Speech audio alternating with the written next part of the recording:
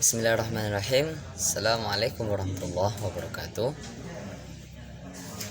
Baik, perkenalkan nama saya Ihsanul Fikri dengan NIM 2430101061. Jadi saya mendapat tugas dari dosen bahasa Indonesia yakni Ibu Ratmiati MPD dengan tugas memilih salah satu buku yang ada di perpustakaan kemudian meresensi buku tersebut. Jadi saya sudah menemukan bukunya. Judul dari buku ini adalah Cara cerdas melejitkan IQ kreatif anak.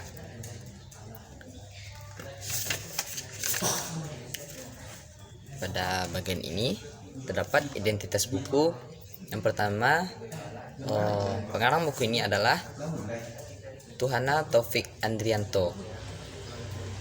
Penerbit dari buku ini adalah Kata Hari dan buku ini terbit pada tahun 2013.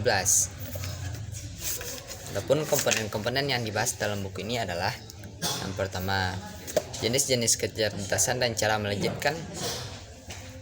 melejitkannya pada anak. Pada bagian kedua, mempersiapkan anak IQ kreatif tinggi. Yang ketiga, mengapa perlu meningkatkan IQ kreatif anak. Yang keempat, menggali kreativitas dan upaya melejitkan IQ kreatif anak. Dan pada bagian terakhir terdapat meningkatkan IQ kreatif anak dengan membaca dan belajar. Jadi buku ini saya dapat tapi saya dapat menilai buku ini pada bagian kelebihan dan kekurangan dari buku ini. Menurut saya kelebihan dari buku ini adalah dari covernya dapat kita lihat perpaduan warna dengan judul itu bagus, dan perpaduan judul dengan model covernya ini sangat bagus. Karena apa? Karena ini mengkaji tentang anak, jadi sangat pas lah dengan gambar yang disajikan oleh penerbit dari buku ini. Selanjutnya, maaf saya ada yang lupa tadi pada bagian jumlah halaman pada buku ini. Jumlah halaman pada buku ini sebanyak 257 halaman. Selanjutnya, bagi saya kekurangan buku ini pada bagian bab ke-6.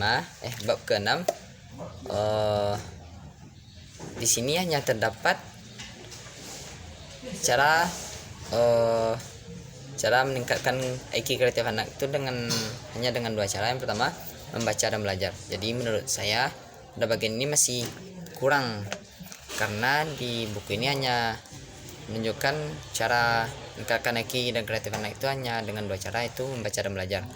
Kalau bagi saya masih banyak cara-cara lainnya yang dapat meningkatkan IQ dan kreativitas anak.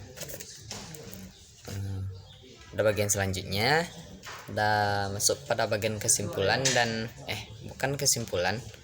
Jadi saran dari saya kepada pembaca selanjutnya setelah saya, saran saya,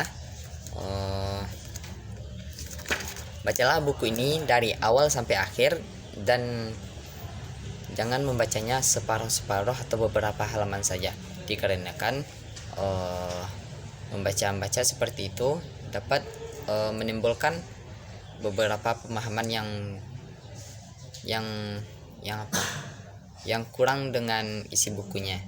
Jadi sekian yang dapat saya sampaikan kepada para pembaca. Sekian dari saya. Assalamualaikum warahmatullahi wabarakatuh.